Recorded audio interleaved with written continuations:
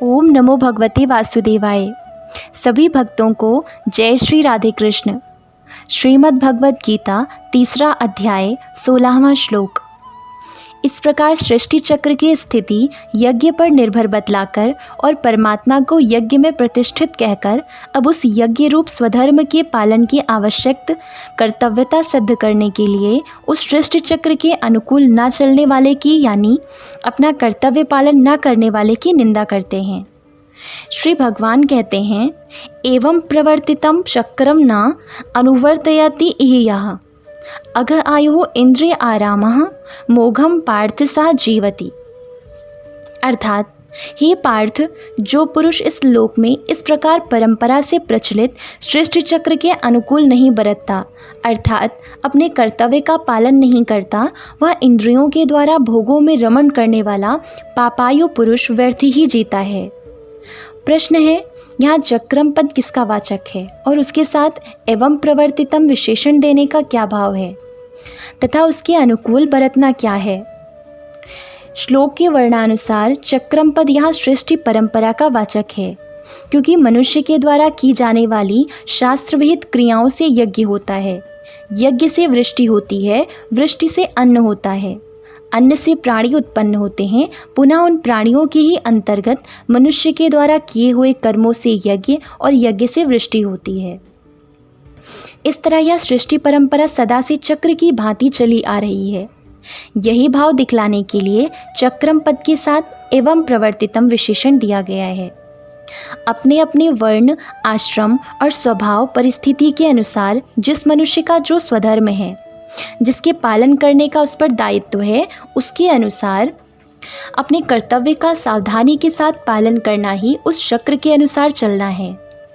अतएव आसक्ति और कामना का त्याग करके केवल इस सृष्टि चक्र की सुव्यवस्था बनाए रखने के लिए ही जो योगी अपने कर्तव्य का अनुष्ठान करता है, जिसमें किंचन मात्र भी अपने स्वार्थ का संबंध नहीं रहता, वह उस स्वधर्म रूप यज्ञ में प्रतिष्ठित परमेश्वर को प्राप्त हो जाता है।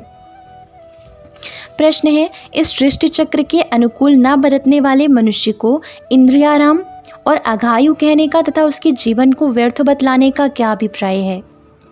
उत्तर है, अपने कर्तव्य का पालन न करना ही उपर्युक्त सृष्टि चक्र के अनुकूल न चलना है। अपने कर्तव्य को भूलकर जो मनुष्य विषयों में आसक्त होकर निरंतर इंद्रियों के द्वारा भोगों में ही रमण करता है, जिस किसी प्रकार से भोगों के द्वारा इंद्रियों को तृप्त करना ही जिसका लक्ष्य बन जाता है, उसे इंद्रियाराम कहा गया है। इस प्रकार अपने कर्तव्य का त्याग कर देने वाला मनुष्य भोगों की कामना से प्रेरित होकर इच्छाचारी हो जाता है। अपने स्वार्थ में रत रहने के कारण वह दूसरों के हित अहित की कुछ भी परवाह नहीं करता, जिससे दूसरों पर बुरा प्रभाव पड़ता है और सृष्टि की व्यवस्था में विघ्न उपस्थित हो जाता है। ऐसा होने से समस्त प्रजा को दुख पहुंचता है। अतएव अपने कर्तव्य का पालन न करके सृष्टि में दुर्व्यवस्था उत्पन्न करने वाला मनुष्य बड़े भारी दोष का भागी होता है तथा वह अपना स्वार्थ सिद्ध करने के लिए जीवन भर अन्यायपूर्वक धन और ऐश्वर्य का संग्रह करता रहता है, इसलिए उसे अघायु कहा गया है। वह मनुष्य जीवन के प्रधान लक्ष्य से संसार में अपने कर्तव्य पालन के द्वारा सब जीवों को सुख पहुंचाते हुए परम कल्याण स्वरूप परमेश्वर को प्राप्त कर लेना, इस उद्देश्य से सर्वथा वंचित रह जाता है और अपने अमूल्य मनुष्य जीवन को विषय भोगों में रत रहकर व्यर्थ खोता रहता है। इसलिए उसके जीवन को व्यर्थ बतलाया गया है। यहाँ यह जिज्ञासा होती है कि उपर्युक्त प्रकार से सृष्टि चक्र के अनुसार चलने का दायित्व किस श्रेणी के मनुष्यों पर है। इस पर परमात्मा को प्राप्त सिद्ध महापुरुष के सिवा इस सृष्टि के संबंध रखने वाले सभी मनुष्यों पर अपने अपने कर्तव्य पालन का दायित्व है। यह भाव दिखलाने के लिए 2 श्लोकों में ज्ञानी महापुरुष के लिए कर्तव्य का अभाव और उसका हेतु बतलाते हुए श्री कृष्ण कहते हैं, यह तो आत्मरति एव स्यात् आत्मतृप्तः च मानवः आत्मनि एव च संतुष्टः तस्य कार्यं न विद्यते। अर्थात श्री कृष्ण कहते हैं, परंतु जो मनुष्य आत्मा में ही रमण करने वाला और आत्मा में ही तृप्त तथा आत्मा में ही संतुष्ट हो, उसके लिए कोई कर्तव्य नहीं है। प्रश्न है, तू पद का क्या अभिप्राय है। पूर्व श्लोकों में जिनके लिए स्वधर्म पालन आवश्यक कर्तव्य बतलाया गया है एवं स्वधर्म पालन न करने से जिनको अघायु कहकर जिनके जीवन को व्यर्थ बतलाया गया है, उन सभी मनुष्यों से विलक्षण शास्त्र के शासन से ऊपर उठे हुए ज्ञानी महापुरुषों को अलग करके उनकी स्थिति का वर्णन करने के लिए यहाँ तु पद का प्रयोग किया गया है।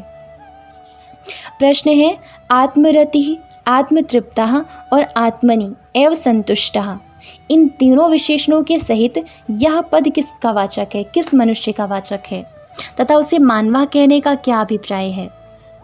उपर्युक्त सहित यह पद यहाँ सच्चिदानंद घन पूर्ण ब्रह्म परमात्मा को प्राप्त ज्ञानी महात्मा पुरुष का वाचक है।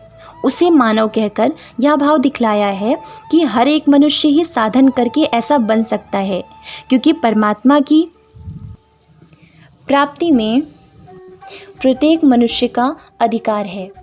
प्रश्न है, एव अव्यय के सहित आत्मरति का क्या भाव है। इस विशेषण से यह भाव दिखलाया है कि परमात्मा को प्राप्त हुए पुरुष की दृष्टि में यह संपूर्ण जगत स्वप्न से जगे हुए मनुष्य के लिए स्वप्न की सृष्टि की भांति हो जाता है।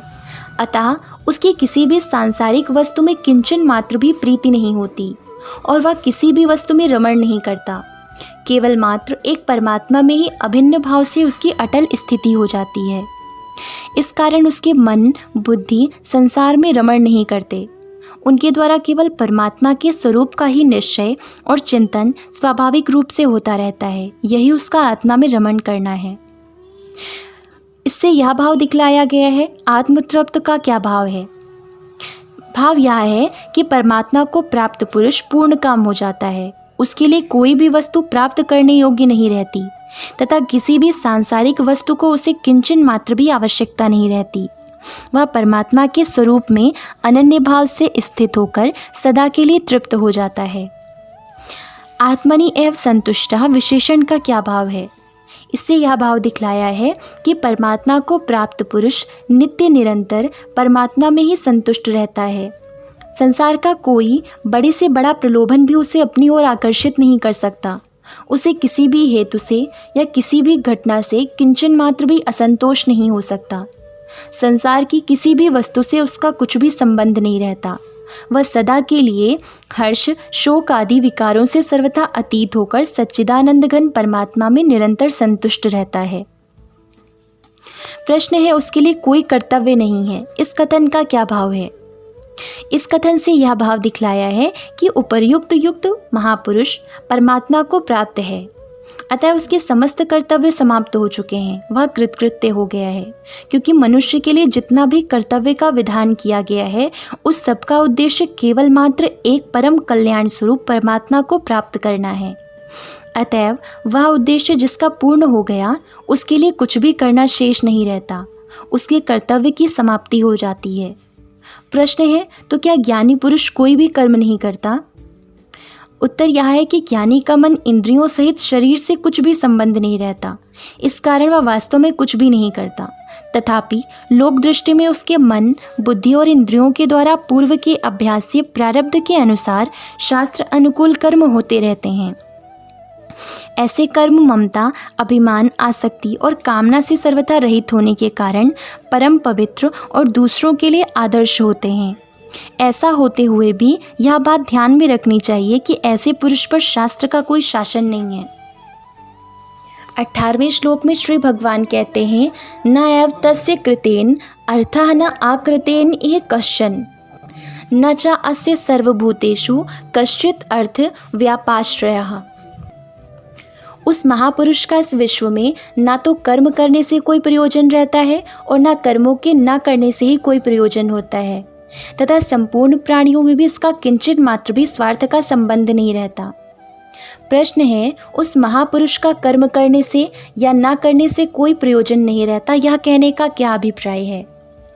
पूर्व श्लोक में जो यह बात कही गई है कि ज्ञानी पुरुष को कोई कर्तव्य नहीं रहता, उसी बात को पुष्ट करने के लिए इस वाक्य में उसके लिए कर्तव्य के अभाव का हेतु बतलाते हैं। अभिप्राय यह है कि वह महापुरुष निरंतर परमात्मा के स्वरूप में संतुष्ट रहता है। इस कारण ना तो उसे किसी भी कर्म के द्वारा कोई लौकिक या पारलौकिक प्रयोजन सिद्ध करना श्रेष्ठ रहता है और ना इसी प्रकार कर्मों के त्याग द्वारा ही कोई प्रयोजन सिद्ध करना श्रेष्ठ रहता है, क्योंकि उसकी समस्त आवश्यकताएं समाप्त हो चुकी हैं। अब उसे कुछ भी प्राप्त करना शेष नहीं रहता। इस कारण उसके लिए ना तो कर्मों का करना विधेय है, ना उनका ना करना ही विधेय है। वह शास्त्र के शासन से सर्वथा मुक्त है। यदि उसके मन इंद्रियों के संघात रूप शरीर द्वारा कर्म किए जाते हैं तो उसे शास्त्र उन कर्मों का त्याग करने के लिए बाध्य नहीं करता, और यदि नहीं किए जाते तो उसे शास्त्र कर्म करने के लिए भी बाध्य नहीं करता। अतएव ज्ञानी के लिए यह मानने की कोई आवश्यकता नहीं है कि ज्ञान होने के बाद भी जीवन मुक्ति का सुख भोगने के लिए ज्ञानी को कर्मों के त्याग या अनुष्ठान करने की आवश्यकता है, क्योंकि ज्ञान होने के अनंतर मन और इंद्रियों के आराम रूप तुच्छ सुख से उसका कोई संबंध ही नहीं रहता। वह सदा के लिए ही नित्य आनंद में मग्न हो जाता है एवं स्वयं आनंद रूप बन जाता है। अतएव जो किसी सुख विशेष की प्राप्ति के लिए अपना ग्रहण या त्याग रूप कर्तव्य शेष मानता है वह वास्तव में ज्ञानी नहीं है, किंतु किसी स्थिति विशेष को ही ज्ञान की प्राप्ति समझकर अपने को ज्ञानी मानने वाला है। 17वें श्लोक में बताए हुए लक्षणों से युक्त ज्ञानी में ऐसी मान्यता के लिए स्थान नहीं है। इसी बात को सिद्ध करने के लिए भगवान ने उत्तर गीता में भी कहा है, जो योगी ज्ञान रूप अमृत से तृप्त और कृतकृत्य हो गया है उसके लिए कुछ भी कर्तव्य नहीं है। यदि कुछ कर्तव्य है तो वह तत्वज्ञानी नहीं है। प्रश्न है, संपूर्ण प्राणियों में भी इसका किंचन मात्र भी स्वार्थ का संबंध नहीं रहता, इस कथन का क्या भाव है? इससे भगवान ने यह भाव दिखलाया है कि ज्ञानी का जैसे कर्म करने और ना करने से कोई प्रयोजन नहीं रहता, वैसे ही उसका स्थावर जंगम किसी प्राणी से भी किंचन मात्र भी कोई प्रयोजन नहीं रहता।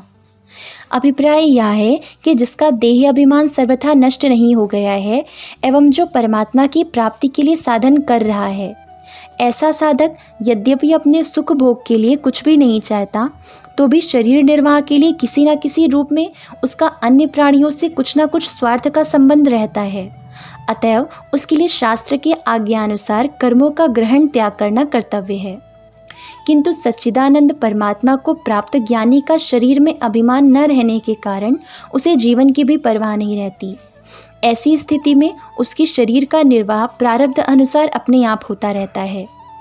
अतः उसका किसी भी प्राणी से किसी प्रकार के स्वार्थ का संबंध नहीं रहता और इसीलिए उसका कोई भी कर्तव्य शेष नहीं रहता, वह सर्वथा कृतकृत्य हो जाता है। प्रश्न है कि ऐसी स्थिति में उसके द्वारा कर्म क्यों किए जाते हैं? कर्म किए नहीं जाते, प्रारब्ध अनुसार लोक दृष्टि से उसके द्वारा लोक संग्रह के लिए कर्म होते हैं। वास्तव में उसका उन कर्मों से कुछ भी संबंध नहीं रहता, इसीलिए उन कर्मों को कर्म ही नहीं माना गया है। ओम नमो भगवते वासुदेवाय। जय श्री राधे कृष्ण।